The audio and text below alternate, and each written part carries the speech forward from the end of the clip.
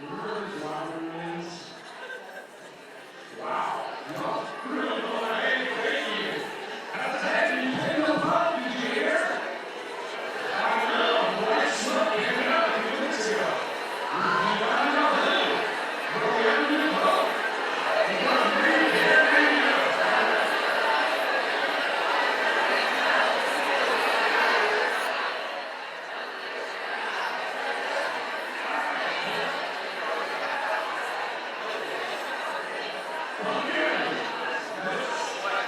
Let's get started, everybody.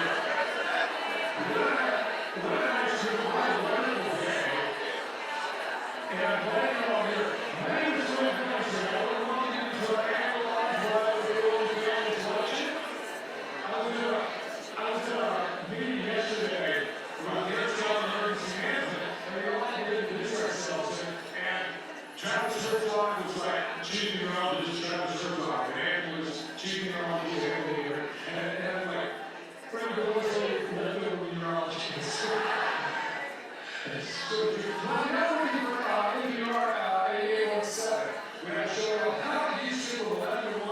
I thought you'd be here today with you, but it's going really well. And some of you are going to tell me you've heard it. So, we're going to match it in 5 weeks. So, it's a really fun show. We're talking about everything from politics to school vouchers to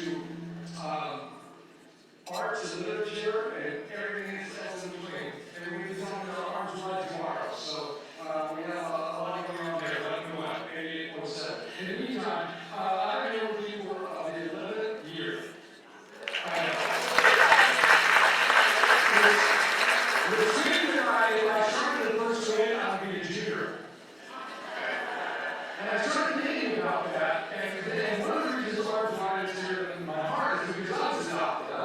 And I started thinking about that because I was adopted 4 months in. I was born on June 22nd, 1960. Close captioning to a friend. So June 22nd, 1960, and I was adopted on October 28th of 1960. 4 months. So I was born in St. Louis Hospital, but I was adopted from the Billingsley County State Hospital. And nobody knows where I was for those 4 months, but I was clearly headed into a system if I was adopted. And I started thinking, well, 4 months doesn't sound like a lot, but 4 months turns into 8, and 8 turns into a year, and 1 year turns into 2, and that turns into 4, and then suddenly you're at an age that it's very difficult to even get out of the foster program. So now, these 11 years have gone by really quickly. So that 4 months kind of became sort of meaningful to me, because it can be a quick turnaround. So that's why we're here today, to try to make those turnarounds become even shorter and shorter. So if you've been to a Fulfilling Families Luncheon before, raise your hand. Oh, that's great, so none of y'all have already been here before. We're going to have so much fun. All right, so have you ever wondered how these experiences go full circle? And how supporting Arms Wide and their work in helping children to foster care, to connect with the permanent living families is so important. So it's nice to see some old faces, but it's really nice to see some new. Before we get any further into the program, I want to first acknowledge those who have a thankless job, our chairs. I mean, Kevin our chairs up, and it's hard, but it pays off to be in. Please give a big hand to Chea and Justine.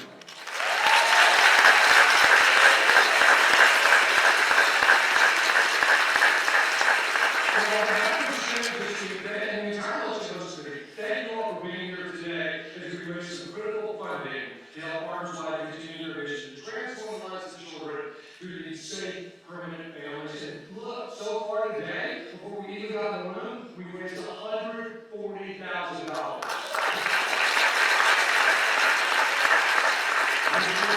We got people like you and your investment, which makes this work possible.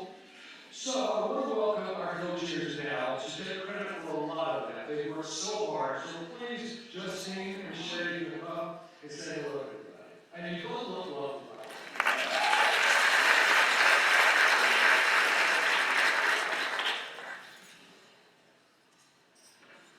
Hi, good afternoon.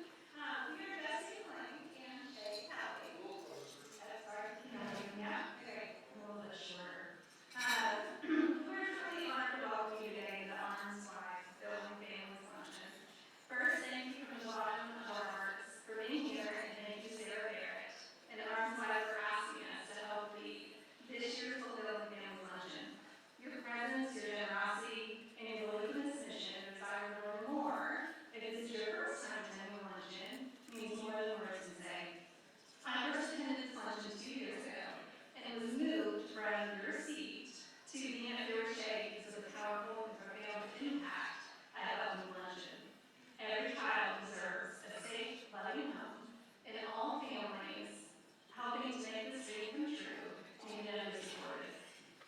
support and partnership with Arms Wine makes that dream become a reality.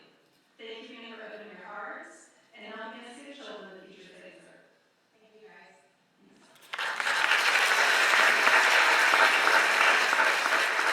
Thank you, Justine, for leading today. We appreciate it so much. Arms Wide is an outstanding organization. Been around for 48 years. Some of you remember when we were called Spalding. And then we changed our name about 2014. But they've been serving the Houston community and as a small but mighty group. They absolutely are that vision. If you're new to Arms Wide, let me take a moment to share why we're so special around here and worthy of your support. We provide a full spectrum of high-quality, free services. It sounds like Jamerika, right? Free. To ensure children in foster care find permanent, loving connections. And they do this through 4 core programs: foster care adoption, kinship care, and post-adoption and permanency support services. So they facilitate the connection between children experiencing foster care and forever families, and then providing support to help the children heal from the past trauma and help forever families thrive. You can't just go in and say, oh, we're going to adopt, and that's it. It comes with baggage. Just us. Just like a good partner, right? It comes with baggage. And you gotta get through it. Forever families are built in so many ways, not just through adoption, but also through kinship care. That's where grandparents or aunts, uncles, or other significant adults will take over, even neighbors, and become a family to step in and provide stability when children can't safely remain with their first family. So kinship care is a huge part of maintaining families, and in fact represents 40% of foster care adoptions. So thanks to supporters like you and events like today's luncheon, Arms Wide can provide the resources and guidance to the incredible people who do step up for children that are in their families but not directly. Arms Wide work doesn't stop once a child is connected with a permanent family. As I just mentioned, they offer post-adoption and permanency support, a service that they alone provide as a state contract provider for all of Greater Houston. I was telling you this just a moment ago. If Harris County alone, if Harris County was a state, we would be the 25th state in the union. I know, you could do the traffic probably. 4.2 million people. Our population in just Harris County, bigger than the whole state of Oklahoma, the whole state of Mississippi, the whole state of Louisiana, the whole state of Arkansas. I mean, it goes on and on. We should get our own full of those. I know, right? So we're in a big place. And we're a big place, and we have a big mission. Arms Wide work doesn't stop once that child is connected with a permanent family. So they offer that post-adoption and permanency support. And this includes 24-hour crisis assistance, therapy, case management, peer support groups, all free to the families, no cost to the families. From the moment a child in foster care is connected with their forever family until they turn 18, Arms Wide is there to offer support, guidance, and celebrate the success of these families. Since its inception, how have we done? Arms Wide has connected more than 2,300 children with forever families. And each year serve over 1,000 children and families through these core programs, none of which would be possible without you. Ultimately, Arms Wide aims to preserve and fulfill families and prevent children from lingering in foster care and aging out at 18 with no permanent family connections and few resources. Hundreds of children in Texas turned 18 while in foster care last year and aged out of the system. I received for a group just a couple months ago that actually helps those that age out. But they only can help 5 kids last year. I mean, there just isn't that much money. They get them established with jobs for education, application, into apartments. There is some good out there to help. But 5 kids is all what they had for. So we know that the best thing is to get these kids ready or adopted before they get to be 18. They need stable, caring adults in their lives, and that's why we're here. If you've been following the news on Texas, and as someone who works for NPR, I've been following the news on the national level, you know that massive transformations are happening within all areas of our life, and that includes foster care. So it's an important time to help us in this mission. Well, I usually wait until the end of the program to point out those donation cards and QR codes on your tables. I would like to point out now, since everyone knows, you know what QR stands for? Quick read. I thought it was like the largest name ever relativity. QR, quick read.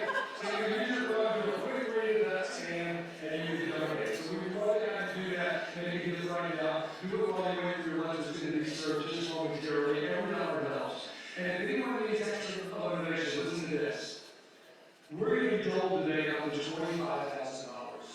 And that's the private donor that said, if we do $25,000 today, they'll double it to 50.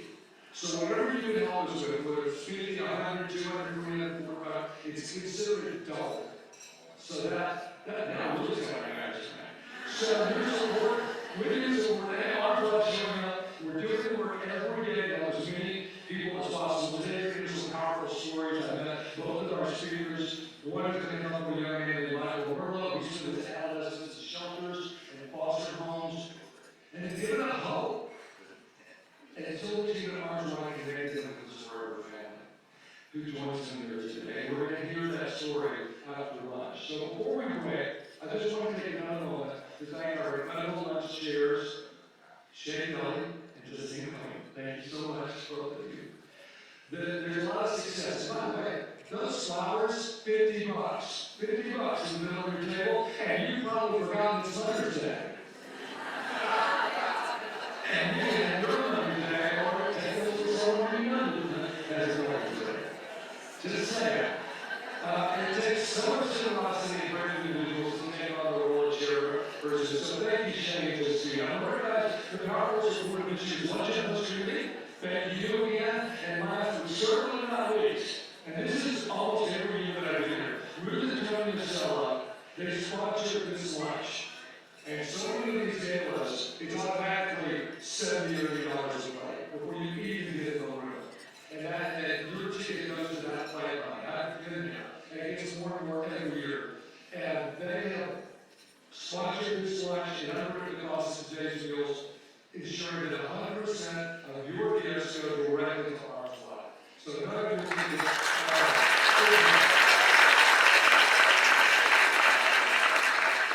to summarize, 100% goes directly to Arms Wide. We have a $25,000 matching gift. Not only does every dollar go there, but we are going to make sure that no gift gets untapped. So we have an incredible program. I'm excited to introduce the keynote speaker. We're going to do selfies. We're following each other on Facebook. Jamerika Haynes-Lewis. She came from Denver, and she's like, oh, the humidity out there is so tough. I'm like, honey, buddy, come back in August and look at the humidity is. It's pretty good out there. She said, well, that's not okay. But it's great. It's gorgeous.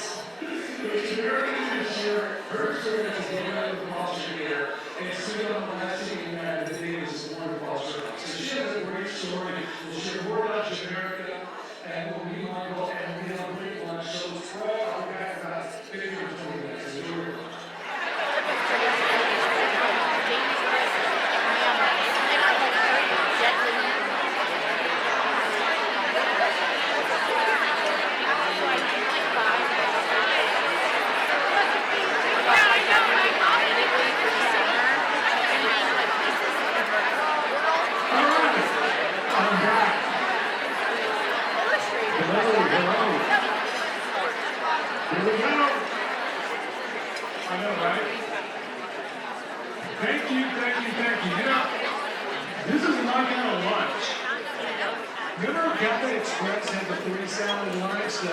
Chicken salad and the tuna salad and pasta salad.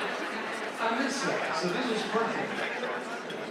Absolutely beautiful. All right, let's get going. I know we're mindful of the time, especially today. So I'm really important to today's keynote speaker, Jamerika Haynes-Lewis. I had the privilege of getting to know her just a little bit, visiting with her today. And I want you to hear her story. Jamerika's journey growing up in foster care has shaped her into an incredible advocate. She's turned her personal experience into a powerful career grounded in resilience, empowerment, and advocating for children and families in the child welfare system. She's an award-winning communications professional, a motivational speaker, a tireless advocate. In 2021, she was crowned USA Ambassador Ms., using her platform, A Chance to Succeed, empowering youth in foster care. She told me she doesn't like podiums, so I'm going to take this off, and please welcome Jamerika Haynes-Lewis.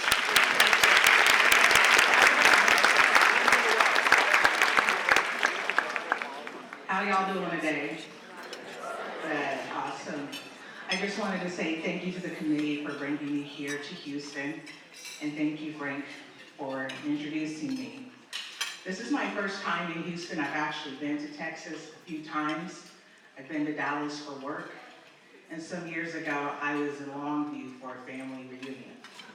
So, still learning the state and very much excited to be here. Being here today really is a full circle moment for me, especially having been a foster child and now having the opportunity to speak to that experience as an advocate and now a mother. I was about 5 years old when I went into foster care, about 30 plus years ago, and I still remember that day. I got out of the patrol car. I was with my sister, and I remember standing in front of this modest green home. It's about 2 stories, and it had a chain link fence, and it had a walkway that was concrete, and it was up a slight hill. And I remember just standing there thinking, where are we? I remember the weather was very much like today. It was Tacoma, Washington, so not as much humidity. But it was clear blue skies, the sun was out, and it was a hot August day. And I remember feeling hot because I had on pink snow boots, purple corduroy pants, and a Christmas sweater. They just put whatever was on us that they could when we left my home, where I had shared with my mother and other siblings. And I remember my hair, it was halfway done, I had it sticking up on the top. And the bottom half I had single braids. My mom had started to do my hair the night before and never finished it. So as I'm walking up the walkway to the door, there's a petite African-American woman. She looked like a grandma, that's what I remembered. And she was wearing a white vacation Bible school t-shirt with a floral skirt on. And I remember her hair in a messy bun, and it reminded me of my hair, except her hair was salt and pepper. And she looked right at me and she said, "Hi, Jamerika." And that was my earliest memory of hearing someone call me by my name. Naturally, you would assume my sister and I, we were frightened, we were in a new home. But as the evening went on, Mrs. Johnson, my foster mom and papa, they cooked us a meal. They gave us a warm bath, and I felt myself relax, and I knew that I was safe. And before I went to bed, I remember Mrs. Johnson doing my hair. I remember thinking in that moment, I'm gonna be okay. I lived with the Johnsons for about 5 years, and during that time, they gave me family. One of the most fondest memories I had was going to church. And typically, a lot of people think of Sundays as being a day of rest, but it was like any other day of the week, quite honestly, just noisy and chaotic. Usually there were about 5 to 6 of us children in the home. So on Sundays, we would get up early in the morning, because oftentimes we were going to catch the bus to church. My foster mother refused to fly on an airplane. She refused to drive. So if someone did take us somewhere, we were getting on the bus. And it would take us about an hour and a half each way if Papa, my foster dad, would take us to church. But I didn't mind. I got to wear my church clothes, which was often a dress. And I would get my hair pressed the night before. And that meant a lot to me, to live in a home where my parents looked like me, who were both African American. And even though we didn't really talk about race or anything like that, to have people who looked like me, who had the same culture, who kept my hair up. That really began to lay the foundation for my personal identity. With that being said, we finally get to church after being up for 3 hours, starting at, dawn and whatnot. And it would be fun. I'd get to catch up and see my other friends. I get to spend time with my younger foster brothers and sisters. I was usually at school, so I didn't spend a ton of time with them, except in the evenings during the weekday. About mid-service at church, our First Lady, Mrs. Collins, she'd take us upstairs for Sunday school. And that was so much fun because I would get to spend much more time with my friends, my foster siblings. In fact, we called Sunday school Super Church. And we had our own little song for it. And Mrs. Collins, she would always go, Super Church, Super Church. And I just thought that was such a great way to get children engaged in faith life, which isn't always easy to do. I've worked with young adults and children in faith formation, and it's hard. And she did it by herself. And she did it each Sunday. I remember one lesson we had was reciting the books of the Bible. And so naturally we started with the beginning of it, the Old Testament. And I felt really motivated because I knew she had a stash of the new Hershey cookies and cream fun-size bars that she kept in the drawer beneath her paperwork and coloring pages for us. So I was determined to recite the books of the Old Testament because I loved Hershey candy bars. I still love their Hershey's cookies and creams bars. I had one the other day. And so when it was my turn to tell her the books of the Bible, I made it to about Judges and I froze. I just couldn't remember the other books. And it was like, I just had this big smile on my face and I just thought to myself, if I just keep smiling, maybe she'll give me a piece of candy. That was always my MO, trying to find ways to find candy. I had gotten in trouble for stealing candy from the candy store, so I had to revise my plan on how I was going to get candy. After Mrs. Johnson found out about me trying to get candy in some duplicitous but innocent way. So Mrs. Collins, she said, that's all right, Jamerika, I'll give you the candy.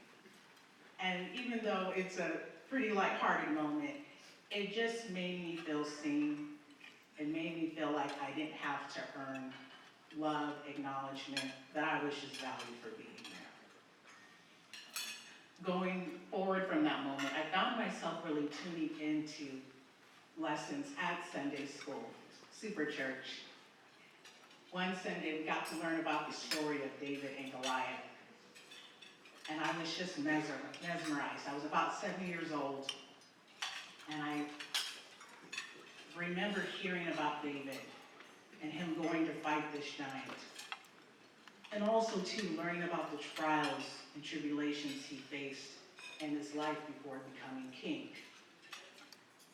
But as a child, what really resonated with me was hearing how he was so confident and determined and self-led to fight this giant. And at that time in my life, I saw foster care as this giant. I didn't know how to fight it, but I felt like if I stayed faithful and on the course like David, I too could prevail in my life. Even at 7 years old, I didn't even know what that meant. But I felt like if I could be faithful and just stay positive and hopeful, that I could prevail, fulfill my purpose, and the suffering and uncertainty that I had experienced in my life, it would become immaterial. It wouldn't matter anymore.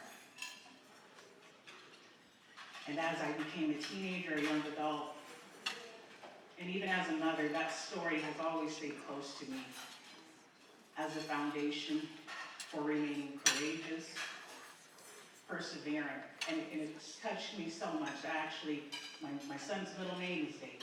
It's Samaj David. His first name is Cooper. As the years continued to go on, and I didn't know what was going to happen with my family, At times I felt really despondent. But even in those moments, I had the Johnsons. They let me know that I was not alone.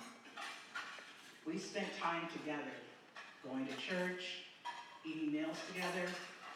My foster parents, they were involved at PTA at school. And I remember my foster mom, I don't know how she did it, but she managed to take 4 of us kids to Disneyland on a homemaker salary. I was about 8 years old when that happened. And that was such a time of joy in my life. During a period of incredible grief, my mother's rights were terminated. And all the praying that I did and hoping and looking after my younger sister to make sure we were still held together when we were gonna go home, that never happened. But being able to go to Disneyland gave me a sense of hope and a future to look forward to. And it also allowed me to know that I could still have fun and be a kid, even when tough times happened. One thing that really impressed upon me was Mrs. Johnson's ability to advocate for us children. I remember we would get in the mail these coupons. They were called medical coupons. Nothing fancy. They were just green and white sheets of paper, and they came in a manila envelope.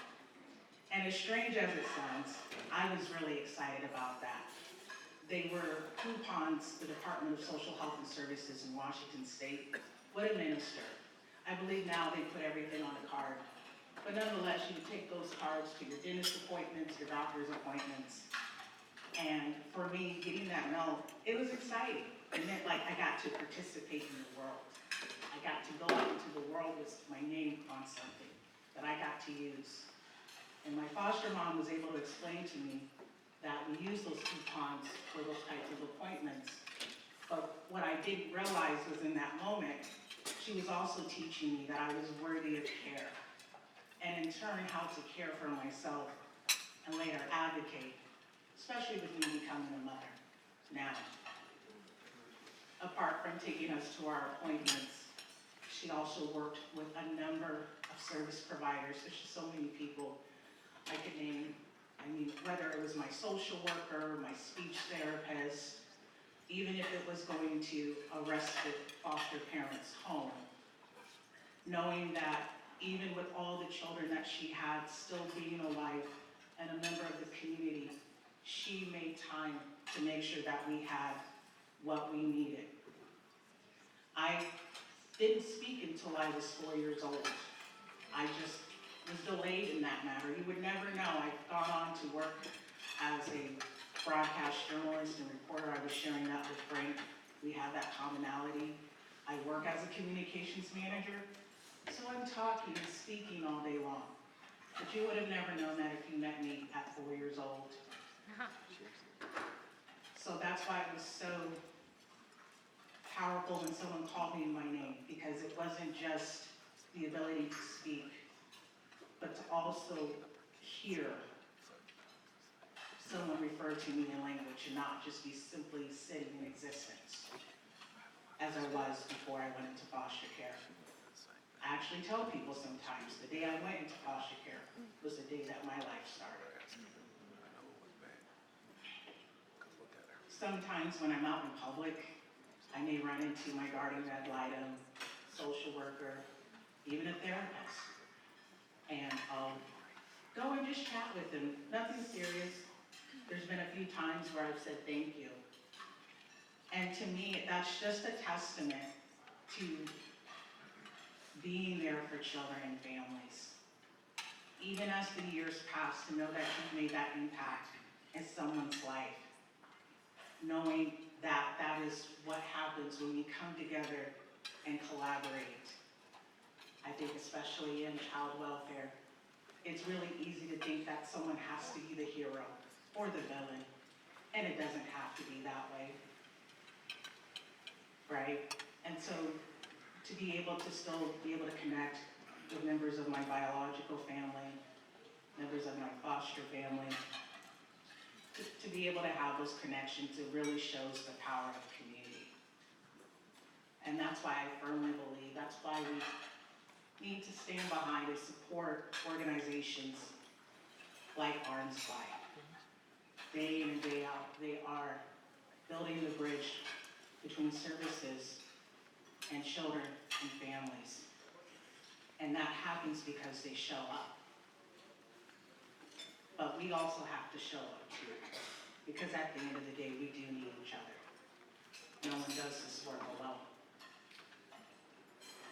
And when we come together to do this work, we're telling every child that walks through the doors of Arms Wide that they matter.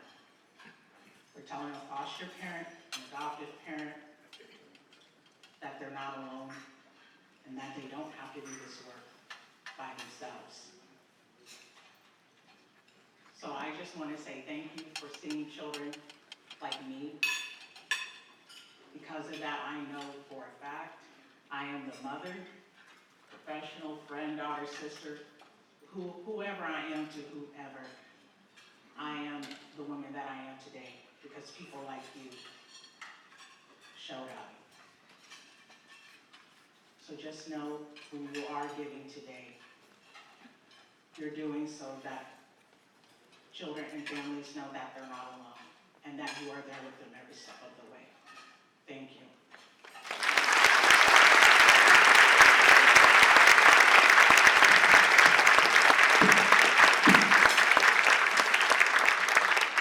How did we pick broadcast journalism? I don't know. Thank you so much, Jamerika. Over the years, we've had the privilege of hearing from many incredible foster and adoptive parents at this luncheon, and today we have the rare and powerful opportunity to hear directly from someone who once stood on the other side of this work, a young person who experienced foster care firsthand and whose life was forever changed by the care, support, and connection made possible through Arms Wide.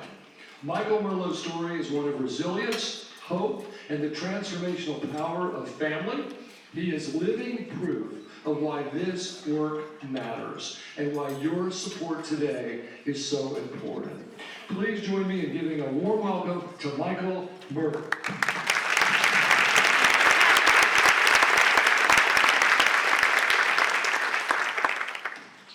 Good afternoon, everybody. Thank you for coming and supporting Arms Wide today. So, my name is Michael Merlot, and today I want to do more than thank you. I want to help you understand just how much your support has changed my life. Because it changed a lot of people's lives. I was almost a teenager when I entered foster care. I didn't know what stability felt like. I lived in youth shelters for years. Not because I did something wrong, but because there weren't enough foster homes available, especially not for teens. I remember packing my things in a trash bag because I didn't have a suitcase. I remember caseworkers telling me where I was going next, even though I didn't know for how long. I remember telling myself, you're gonna have to figure this out on your own. That's what it felt like, being alone, being just one name in a long pile, hoping for someone might see me more. I knew the odds, and I knew that kids who age out of foster care without family struggle, many ending homelessness, incarcerated, or dropping out of school. I was determined not to let that happen to me, so I joined the U.S. Army. I became an infantryman, and now I'm a veteran. I worked hard to become financially responsible and survive in the world on my own. But even though I had accomplished a lot, there was something missing and something I thought I had aged out of completely as a family. Then I met Josue, my father, to the left. At first, he was just a mentor, someone willing to talk to me, give me advice, and listen. I didn't expect anything else. I had stopped hoping for adoption, but Josue and his wife, Jessica, my mother, saw something in me. And at 18 years old, just before I aged out, they adopted me. And that was the moment everything changed. For the first time, I had people to go home to. I had a place that I belonged, and I had a family. And I wouldn't be standing here if it weren't for people like you. Your donations made it possible for me to match with my mentor, through a program by Arms Wide. You just didn't fund a program, you created connection, and that one led to a family I never thought I would have. Today, I'm in college and I'm working towards getting into a nursing school. And I want to give back. I want to help others the way others finally helped me. And when I speak to you still in care, I tell them what I've learned firsthand. Because there's always a light at the end of the tunnel. For me, that light came from people who believed in me before I even knew how to believe in myself. That's what your sport does. It brings light, it brings hope, and it creates futures like mine. So thank you, not just for giving, but for believing. You helped me find my path. You helped me find my family. And because of you, I'm building a future I thought it was never possible. So thank you.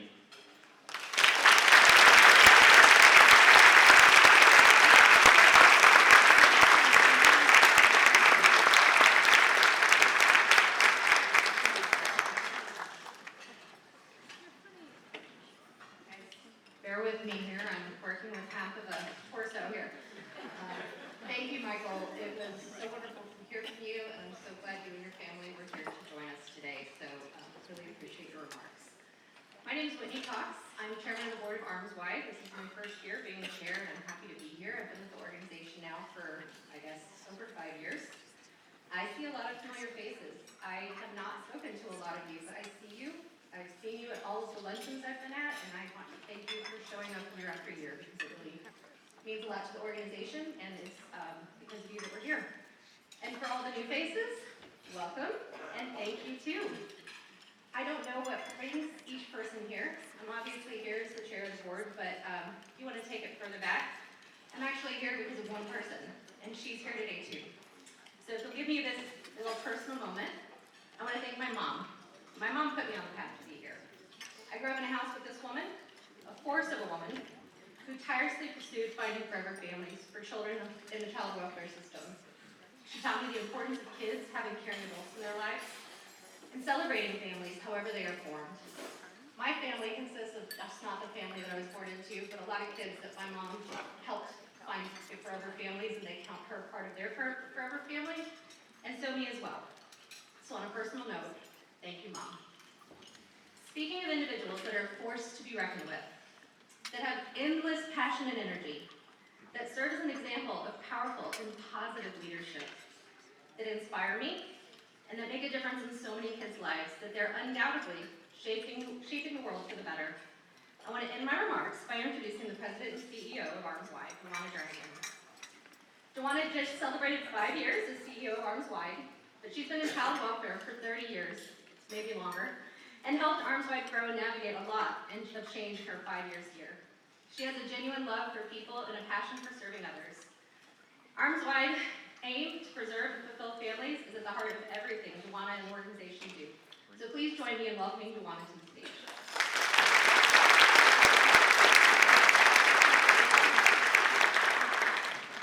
Thank you for that introduction, Whitney. And thank you to Michael and to Jamerika for sharing your stories of resilience and of hope. I'm excited to be here.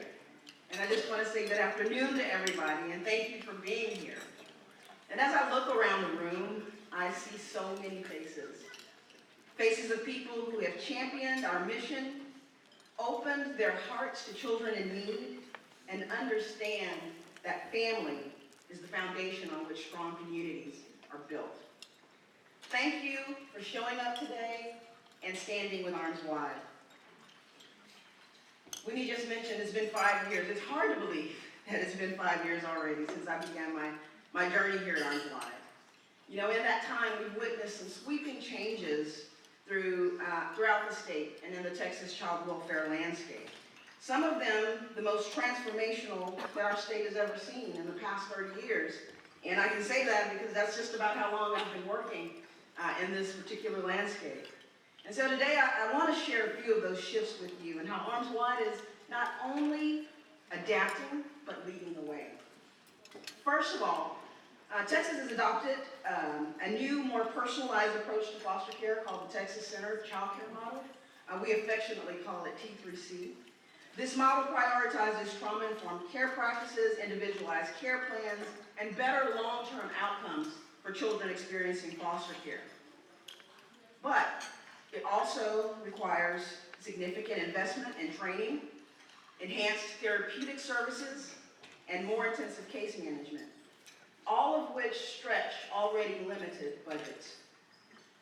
At the same time, Texas is also embracing a significant shift toward kinship care. And kinship care is the act of joining children with relatives or trusted adults they already know. And this approach recognizes what we've always known and what the research has shown us is clear. Children in kinship families experience more stability, they have stronger identities, they have better long-term outcomes. But unlike traditional foster families, these kinship families don't have all of the supports and services that they need. They show up with little notice, with no preparation, and limited financial resources. And this makes the expanded support services they need not only helpful, but necessary. And finally, the most significant shift that's happening in the state of Texas is called community-based care. And that's where the state is shifting responsibility for oversight of foster care from the state to local networks. And these local networks are providers who understand the communities they serve. And while this is a promising change, it still is one that requires additional infrastructure, collaboration, and resources. So throughout all of these changes that are happening, especially that have happened over the last 5 years and seem to be coming at a head right now in this moment, Arms Wide, because of you, has been able to stay true to our mission of connecting children in foster care with safe and nurturing families. But we know that our work doesn't end when when permanency is achieved from foster care. That's why our permanency support programs are so critical. These programs provide ongoing support to families long after court decrees have been signed and long after orders have been signed. The services that we provide include therapy to children and their families to help them heal, peer support groups to build community, educational tools for trauma-informed training and care, and respite services to give families the strength they need and the break they need to keep going. Because permanency isn't the end of the story. It's the beginning of a new chapter. These transformational changes in child welfare, I believe, are moving in the right direction. But let it be known that they come with growing financial gaps, and government funding cannot meet those needs alone. This work matters, and your generosity helps to bridge that gap. And so we're in the month of May, and there's no coincidence that this luncheon happens in the month of May, because May is a beautiful month for a couple of reasons. One, it's my birthday month. And second, it's also National Foster Care Awareness Month. And this is a time that we get to honor the children and the youth experiencing foster care, as well as the caregivers, the advocates, the social workers, and the volunteers who support them every day. So to the foster parents, the caseworkers, the staff and volunteers in the room, thank you. Thank you for showing up day after day after day after day. The work that you do changes lives. And I'd like to thank two more special groups of people before I take my seat. First, to our board of directors. Can you stand wherever you are? I know I'm off script, but.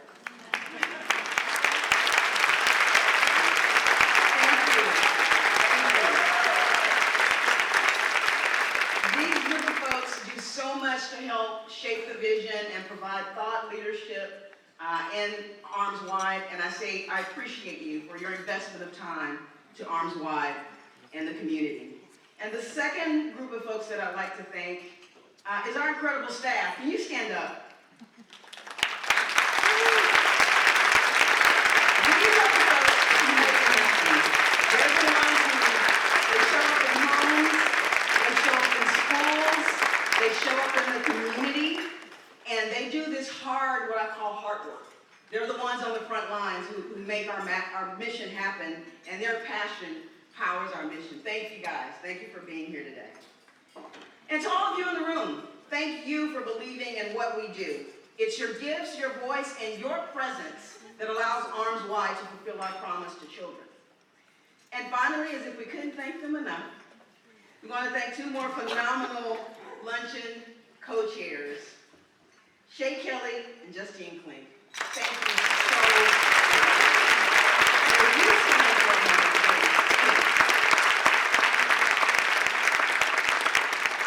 Thanks so much for the time and the energy that you have put into making this event successful. We couldn't have done it without you. We appreciate you so much. And we just wanted to give you a small token of our appreciation. And you can go ahead and give it to her. Thank you. This is just a small token of our appreciation, and we want to thank you for your leadership and for your heart. And so as I close, I want to share that what gives me hope every day is the resilience of the children and families we serve, and the steadfast support from people like you. Together, we're not just responding to changes in the child welfare system. We're shaping a future where every child knows the safety and belonging of a permanent, loving family. Thank you for your continued partnership in this vital work. Because of you, Arms Wide will remain a beacon of hope for children and families across the community for at least 48 more years to come. So thank you, thank you, thank you.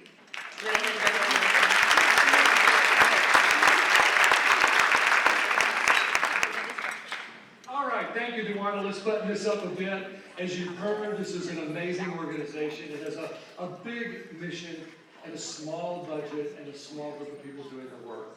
Here's some good news. That $25,000 we're trying to match, we've got here 21.